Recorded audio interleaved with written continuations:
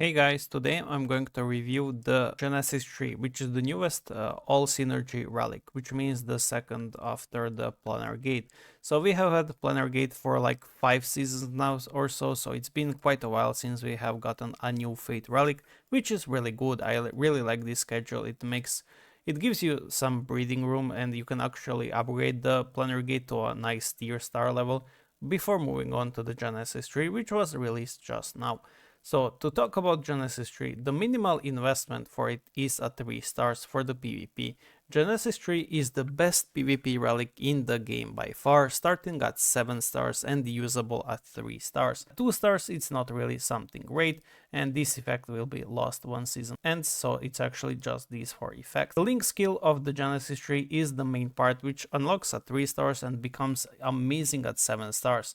So Genesis Tree seals all enemies' passives for 1 round, ineffective against elite monsters, cannot be dispelled or reflected. This was the recent change. So Genesis Tree was released as a seal effect that we basically had on Hela and the Crown of Purity, which could have been reflected back by Arthur or dispelled by any kind of CC removal or other a debuff removal such as the Scepter or the Celestial Synergy or basically anything else that can remove the enemy debuffs. At 5 stars, increasing the damage boost and damage reduction of allies by 50%, I don't think this is all that amazing, but it's a nice upgrade nonetheless.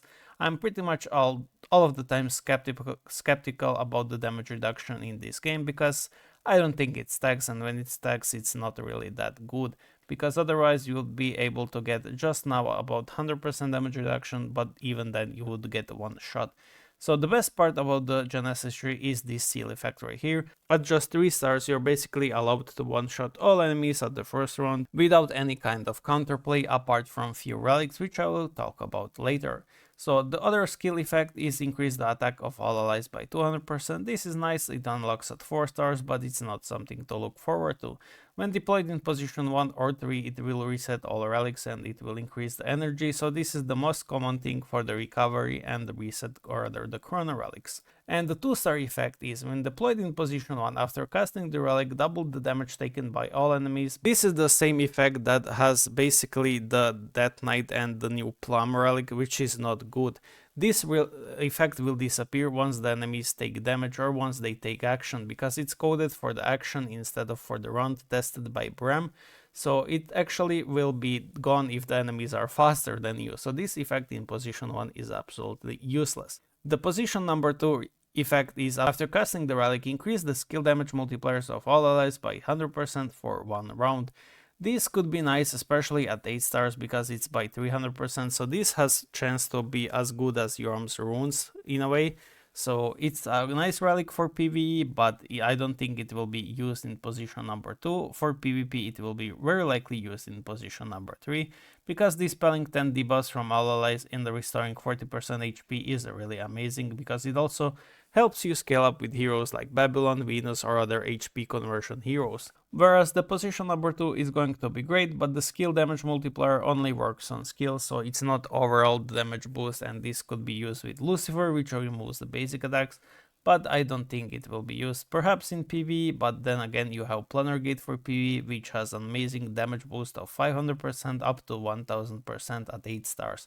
So Plundergate is slightly better in the PvE than the Genesis Tree, but Genesis Tree is better in the PvP, starting at 3 stars and really far better at 7 stars than the Plundergate. Plundergate is one of those relics that actually counters the Genesis Tree at 7 stars, because it will actually, since the seal lasts for 2 rounds, the Genesis Tree at 7 stars also gives you the immunity to damage, so basically making your allies live for 2 rounds without any issues. So all allies are immune to active damage in the first 2 rounds. Issue is with the Plundergate, it will disable all of the damage taken, but the seal will remove your passive, so your heroes will be basically starting on round 3 like it's a round 1, whereas the enemy heroes will be already scaled up and already have massive advantage that they have had in those first 2 rounds. Therefore, the Genesis Tree is still better at 7 stars than the Plundergate in the 1v1 matchup. So those were the effects. So I think this relic is really toxic. It's really free-to-play player friendly, because at just 3 stars I will showcase what it does. I will go to the Yggdrasil and I will show you in my attacks against Shanna. So The relic actually also something back. But the relic actually also disables the Avenger synergy, starting at 6 plus. At 5 stars, or rather at 5 synergy, the Avengers will still revive, but at 6, 7, and 8, the Avengers will not revive. So with something like the Genesis Tree at 3 stars and some burst team like Ethereals, you are pretty much able to one-shot all of the Avengers at just round 1 without them having any chance to revive. The Genesis Tree also disables the Primordial's Arcdina revival effect. It will start triggering at the round 2 or round 3 if your Genesis Tree is 7 stars, but basically all effects start to work once the seal effect is gone, which is in the round 2.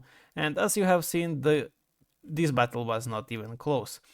So I'm going to try and repeat it, but let me see if I can get the video. So yeah, as I said, it disables the Phantoms, it disables the Avengers as long as they're up above 6 synergy. So you will see that this team has no issues whatsoever to basically one-shot the Avengers, which is really toxic for free-to-play players because you can basically now match Avengers that are from Vale and have spent a lot, but don't have Plundergate to counter you. Another way to counter this is using the Cauldron, which I will show you right now after the battle is over, but just trying to show you once again how this team basically gets nuked without any issues, because I have all the buffs. I have removed the enemy Lucifer debuff, even though it should be removed by the tree itself. I haven't tested that out, but as you can see, it's no issue whatsoever. So now I'm going to showcase you how to actually counter the tree. So there are a few ways. Since the tree is lasting for 1 round, now if the tree is 7 stars, this will be a bit harder to counter. So you want 2 of the energy relics and you want to deploy the Cauldron. After casting for the next 1 round, damage received by all allies will be absorbed by the Cauldron. So you basically will be immune to the damage that you are taking, and you will have all of your allies survive the first burst round from the Genesis Tree. Now the issue is still you will be playing without any kind of buff, since the enemy will have 1 round advantage of you to scale up. That's the issue with it, and you can also counter it with the Plundergate obviously, but it has to be 7 stars, so it's really not free to play player friendly.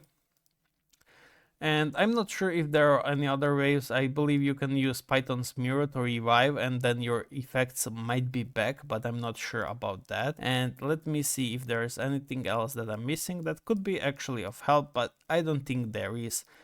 Fortitude could work, but not in seasonal, so since it's seasonal you will not get the Fortitude effect because the pets do counter it. So that's pretty much it. So you only have Cauldron and the Plundergate to counter, and you also have the tree. So the tree will basically counter itself. The one that attacks has the advantage, but the tree will basically help you survive because it will remove enemy debuffs or other debuffs, so they won't be able to scale up either. But obviously the attacker has the better advantage. Now when it comes to comparison, I do believe that Plundergate is a better relic, so increase the damage reduction of all allies by 50%. Now the other relic also has the damage boost, whereas this one doesn't, so the newer version obviously is slightly better, so it's like power crept in a way. But in my opinion, this relic is going to be better because you want Plundergate for your PvE. The 500% damage boost or 200% at 2 stars is amazing. It will not be better than the tree, whatever the tree provides, the skill coefficient. This damage boost right here is equal to the Kusanagi and even better. Especially at 8 stars, 1000 damage boost for 1 round is really strong.